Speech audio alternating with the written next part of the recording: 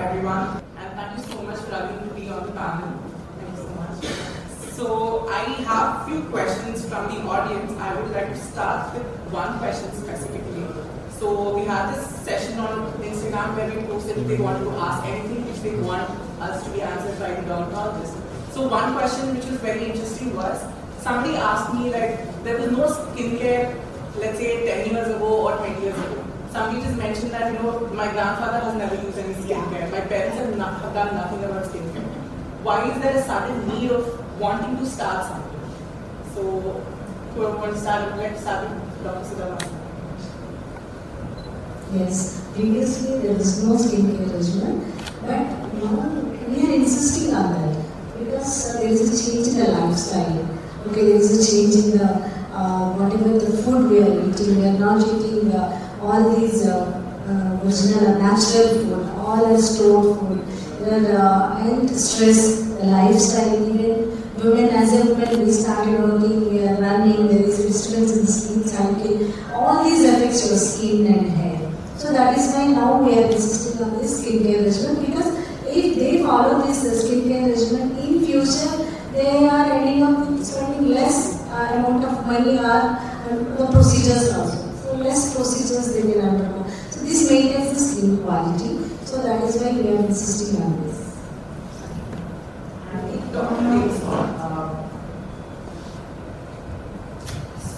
So one of the questions was, what is the right age to start skin and hair care? So see, there is no right age, I would say. I think it should start as early as possible. And if you are talking about aging and other effects that are there on the skin, adverse effects, and as Ma'am already mentioned, 25 years is when we start seeing the signs of aging. So a basic routine, like a basic AM and PM routine, which would include your sunscreens and a good moisturizer, and night care routine where you are taking off, if you are into makeups and everything, make sure you take off your makeup and again moisturize it. And after that, if you have anything in particular to be taken care of, like if you are looking for pigmentation, then probably we would include the depigmenting agent into the skin. If there are signs of aging that somebody is looking for, then probably retinol needs to be incorporated. So accordingly, it will be tailor-made to their individual choices at their particular age where they are facing them. But in general, skincare, there is no right age. Everybody and anybody should start taking care of skin right from the beginning. Since we have a male dermatologist here, so talking about men and skincare, I think it's just like a budding thing where I'm pretty sure men in the audience as well. Can you please raise your hand if you use any skincare product, be it moisturizer or sunscreen or anything?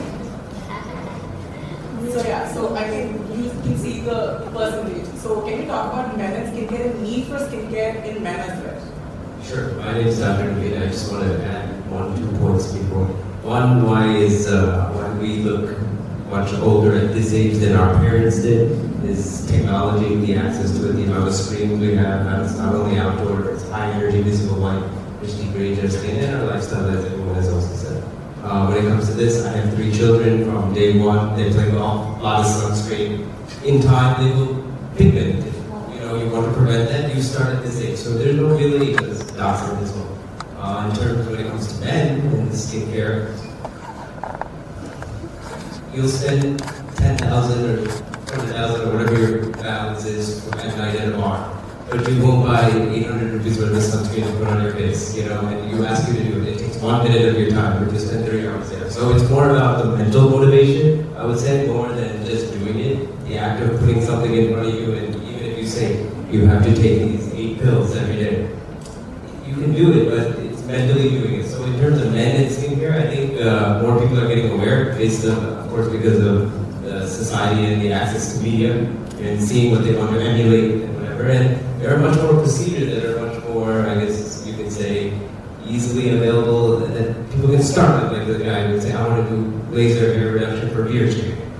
Something simple, something easy, get it introduced to the world of skincare, and then make a decision on what more to keep them, like a basic routine. Follow this, come to me in like 3 months. Let's see how you do. You give that time, you give that gap, you make it minimal, start basic, and build up slowly, and they only will appreciate the change and realize what you're doing is in their best interest. So Harsha. So Harsha has taken the test and he's got this for suntan. And he's been using skincare since then. You want to talk a little bit about that? So basically, I used to go for hikes and go for road trips and stuff. And most of the time, even when I go with my friends, I was the only person who used to get tanned a lot, and also I used to get a lot of skin peeling off at the end of the trip. So I was thinking, okay, maybe this is something I'm not properly taking care of my skin, or something which I'm not doing on the lifestyle part. But once I took the test, I found out that I do have a high risk for suntan. So even if I get normal kind of sun exposure to sun, I get tan pretty quickly, or get sunburns pretty quickly. And after doing the test, then I started using sunscreen. And now, initially when I used to, you're saying, most people don't use sunscreen, although it's just a 1 minute thing. So initially I used to start using sunscreen for SPF 20 or 30ish. But now after learning about this, I kind of opted up a little bit to SPF 50 or something like that. So at least good information for me, practical. Yeah. It's not the SPF number, it's the amount of times you put it on. Just one. So should I increase the frequency as well? If I say 10, you'll do 4, so then I'm going to stick with 10. Do it at least 10 times. But I have one question. So whenever a dermatologist asks me to reapply, right? Let's say I'm somebody who applies makeup. So how do I apply sunscreen on top of the makeup? What if it spoils my makeup? So here's an answer. 2 things. One, get a sunscreen that has more matte finish, that may even have its own foundation tint to it. There's a nice one that came out from Brighton called UV Dulux Blue. It has its own blue light filtered sunscreen. On top of that, you can carry whatever.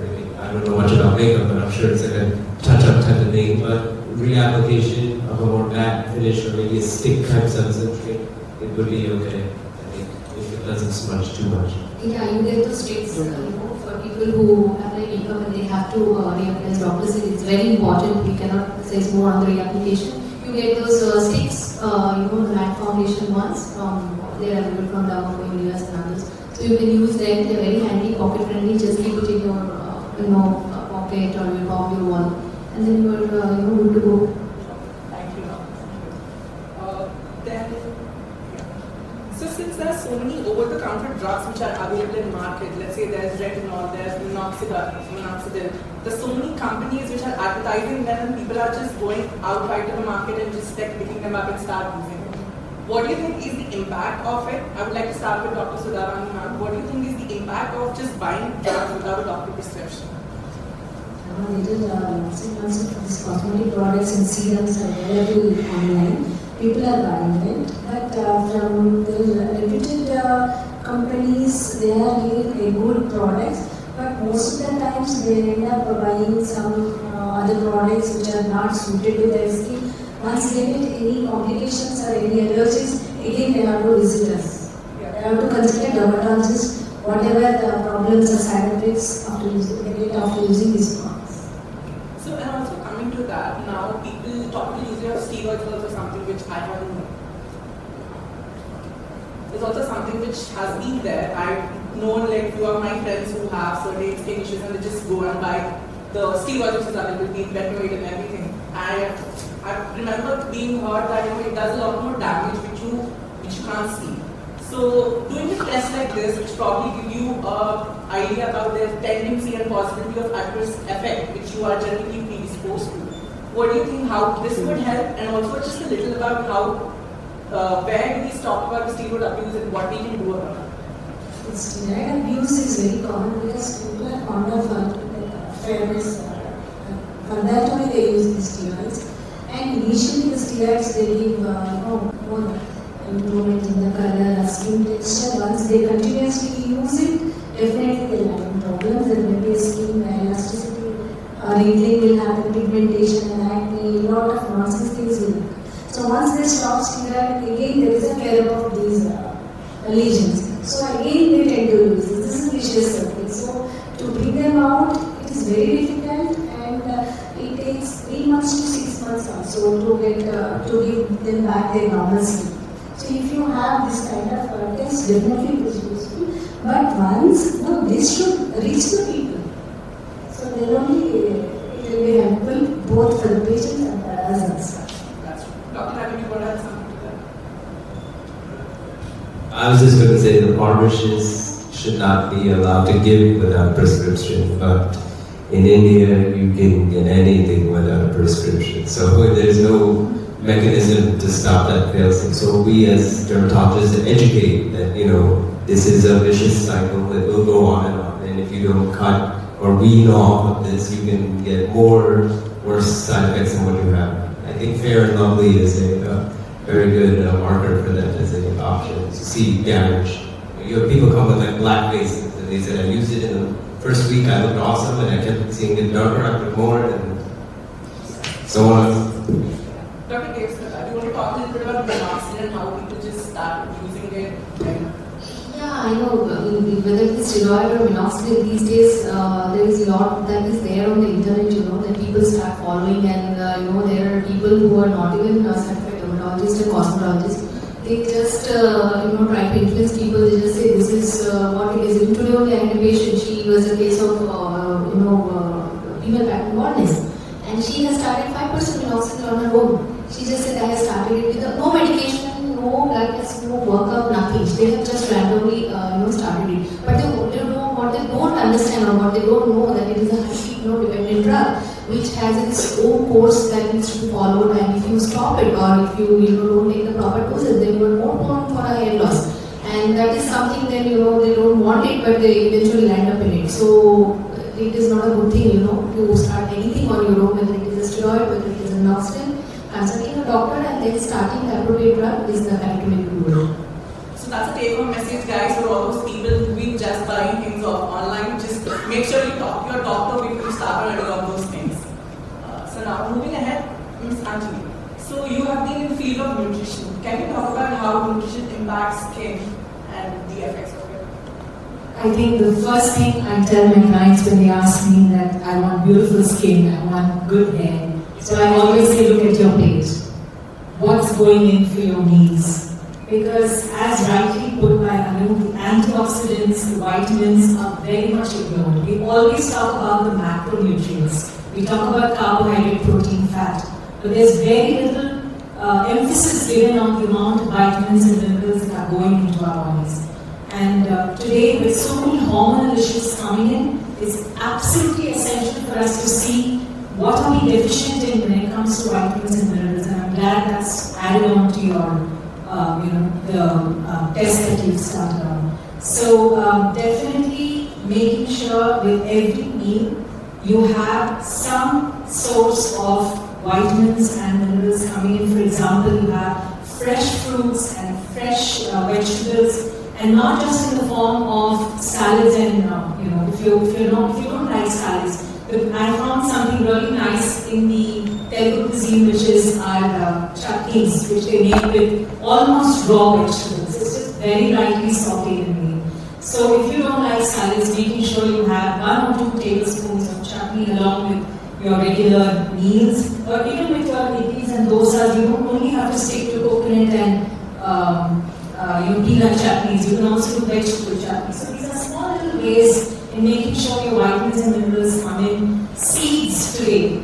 In the earlier days, nobody would go and buy pumpkin seeds. They had pumpkins at home. They would preserve the seeds, remove the skin and eat them. Today they're gourmet foods. But that's because it has a good amount of vitamins and minerals, and that's where you must focus and have a good amount of seasoning, just a tablespoon every day with your fruit or in your salads. So these are small little ways in how nutrition can help take care of your skin and hair. And it supplements or it complements what the dermatologist is trying to do with the supplement. So you are taking medications and these foods, or making sure that your nutrition is right and clean, will complement what your supplement is trying to do for you in your body. Definitely, that is one add-on.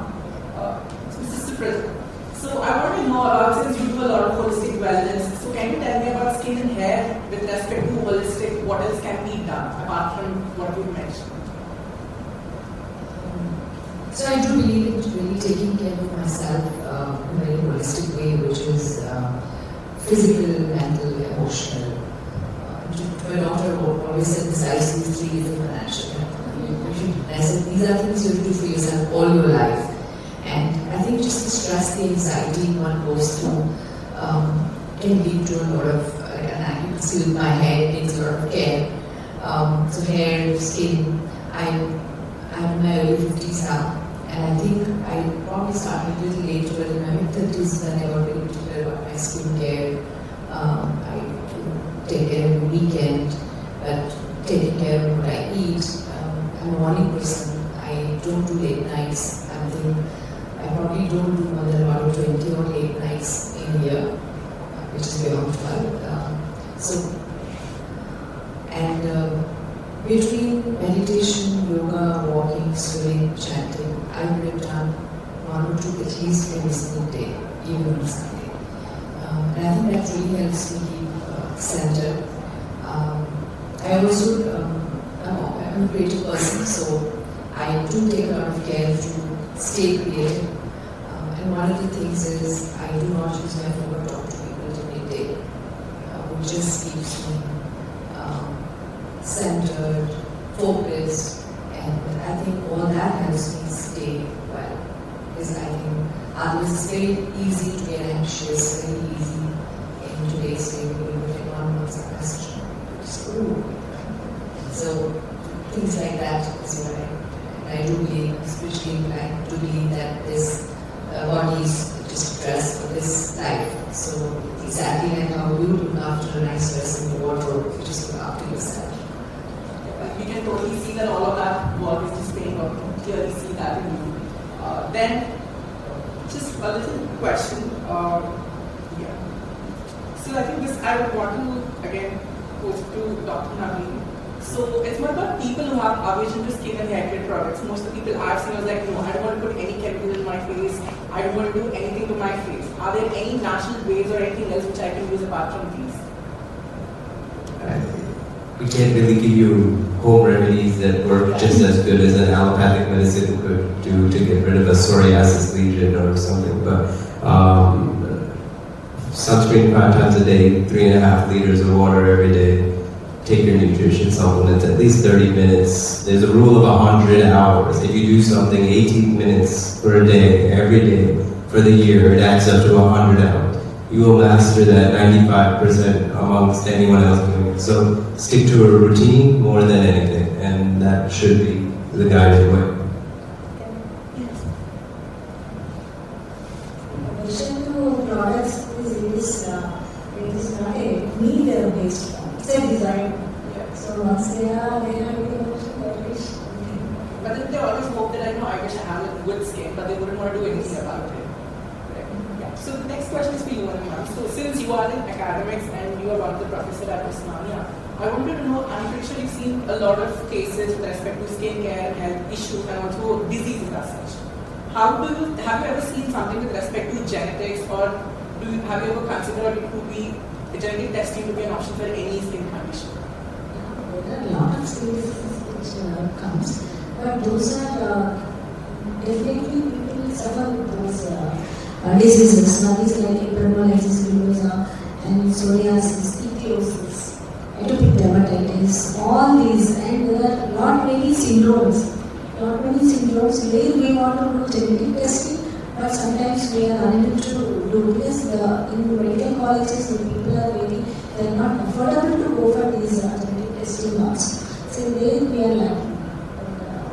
But we want to do genetic testing in not many cases. Maybe now we are available in case you need it. So It's not only I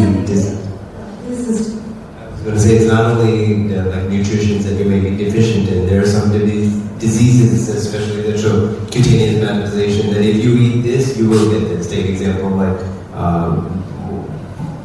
rye, wheat, barley. So how often do you find out like something which the consumer hasn't disclosed at a later point of time? What was it? See, as far as our protocols are concerned at our clinic, we are app-based as well as they have a personal approach. So we are monitoring our clients every day. So if there is some particular food that they're missing on a daily basis, I get to know within the second day, and I can call them up and find out why is it that they've not been having it. And if then they communicate and say, it's because it didn't suit me, then we help them get alternatives. But there are some of them who are very communicative. Immediately you would receive a message from them saying, I had this, it didn't suit me, can I have an alternative? So I think that regular follow-up, I'm sure all of us as doctors do it regularly at our clinics. And when there is a two-way communication that is clear, it's always easy to find solutions. That's so there's so many DIYs and hacks which are available online. I remember using toothpaste on pimple. That's I think very common, which everybody might have done at some point of the time. So what is one weirdest technique or a hack which you've heard of? There are plenty. They use onion juice on the scalp. Yeah, toothpaste is one thing, and turmeric and something. They use like a cocktail of everything at times. So, but I think it's also that people think that these are very much natural. There's no cosmetics involved. But then, yes, they do think that definitely. That's why they use it. And there is also influence where somebody else has used it, and they will refer them. This is something I've been using, and see, I am cured of what my issue was. So that's how they get influenced and they start using it. So I think we should just keep the kitchen ingredients to the kitchen and not. Yes, and visit your dermatologist. Yes.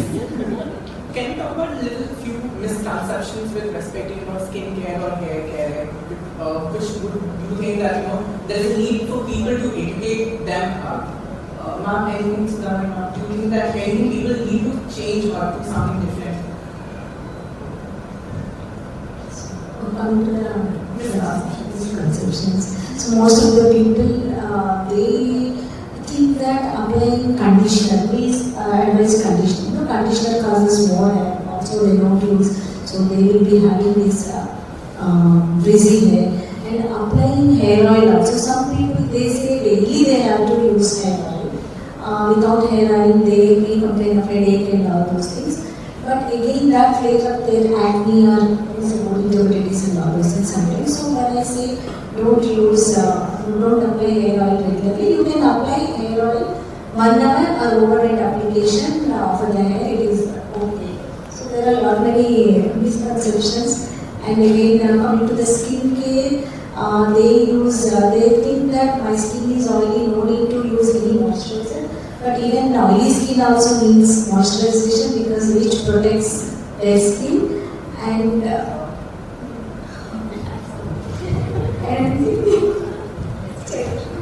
instant results. They want instant results, right? Even for acne, today also I got one patient. Her marriage is on 6th and she came today. I want all these acne should go and I will try. Within 6 days or 1 week, what can we do? Because even any treatment to work, it takes minimum 3 to 4 months, and once they continue for 1 to 2 years, then we can see the best results. So this tell them, because it is not 3 months or 2 months treatment, you have to maintain this. Yeah. Then only the results, you can see the result. And the consistency is very, very important. Nutrition, yeah. So there is usually this misconception that every time I want to lose weight, I will have hair loss if I follow a diet regime, which is not really true. If you've gone to an experienced professional who understands what deficiencies you have and plans your meals according to it, definitely you can avoid or prevent hair loss as you're following a regime. And it's very important to follow whatever supplementation you've started on, not to stop it just because you're taking care of your nutrition. Like I said, it needs to go hand in hand.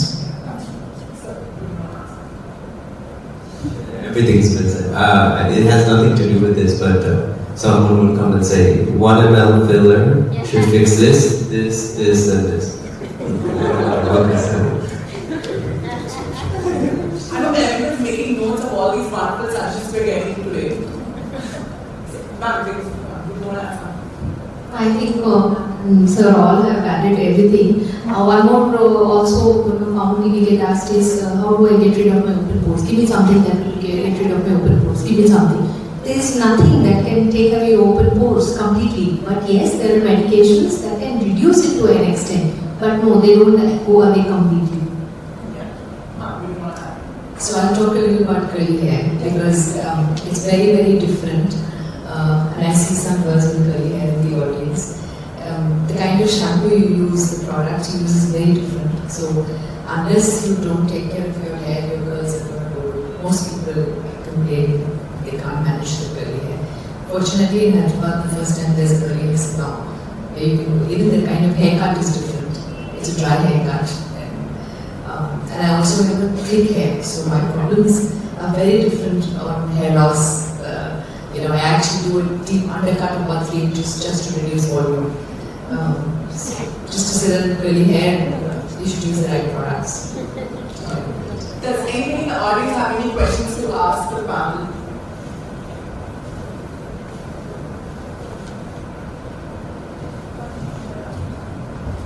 Whatever services are provided at parlors for lowness, hair color, hair issue, protein treatments are okay?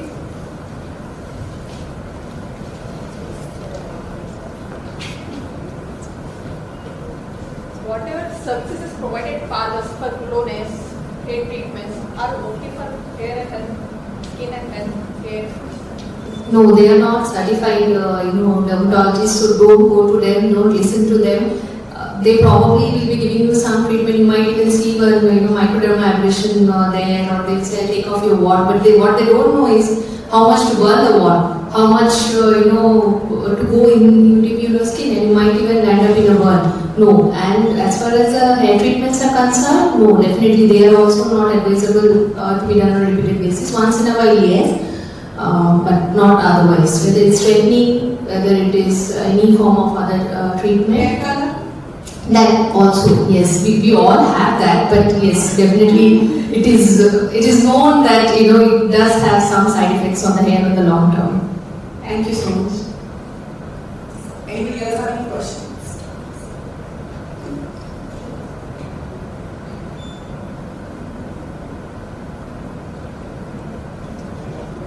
Yeah. so we always want to know what a dermatologist would use for their skin. I mean, everybody wants to know what their routine. So would you just give us a little subset or what do you do for your skin?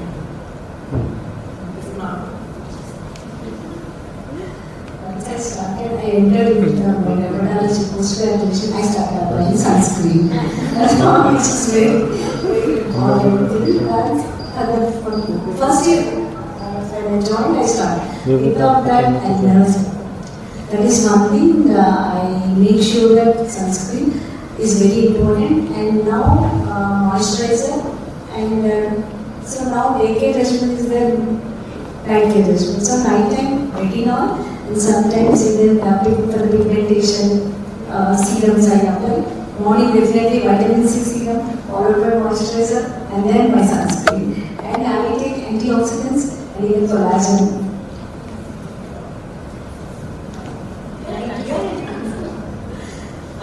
So I think I'll also admit I started my skincare routine a little late, but I now use a good moisturizer, the right face wash and the right sunscreen, and that's what's keeping me good. And I make sure my nutrition is good, of course.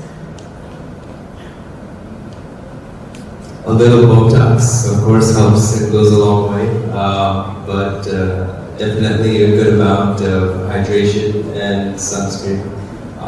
There are people who at certain age levels would look more than their actual age, their skin age versus their biological age. So someone who's maybe 45 and never done anything, and you can see that they need help, not just an over-the-counter product would help them. They need an injectable, they may need some Botox, they may need some filler, or they, if they want to get back that rejuvenation in their face. Like you said, I don't want to put anything in my face, I want to be natural. So then you have to explain them and counsel to them that this is not something that's going to happen overnight. This is not something that you're going to get without putting product in your face or without doing something that is a little bit more minimally invasive. So in terms for my routine, I have a wife who buys a lot of good products and is a dermatologist as well. So I have a lot. sunscreen, the nutrition.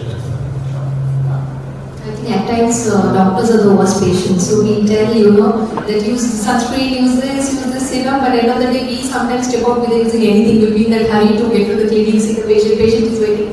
So sometimes we do miss, but yeah, otherwise sunscreen, moisturizer, they are the basic things. After that, depending on our own skincare, what is needed, we will put it. I follow the dermatologist's advice, except that I don't use sunscreen regularly. But yeah, morning and night I have a few products. I just go by what is advised. So I think one take home message for everybody is make sure that you apply sunscreen, not just apply, make sure you also reapply. So I think that's how we wrap the session. Thank you so much for all your wonderful insights. Thank you so much. Guys, with that, thank you so much, panelists. That was fantastic. I think the eco message apart from sunscreen, I think was have an edgy and stick to it. And I think I would be remiss if I did not mention that the other take-home message that we want everyone to sort of, I want to drill it in your head again, is what we began this entire session with, when Anu said that, each person is built differently, right? What works for one person doesn't work for the other. There are some fantastic, there are experts here with great advice, evidence-based advice, and just supplement it with your biology, understand that first, go to a dermatologist and say, well, this is what the report says, now tell me what works best for me. And then, as Dr. Naveen said, stick with it.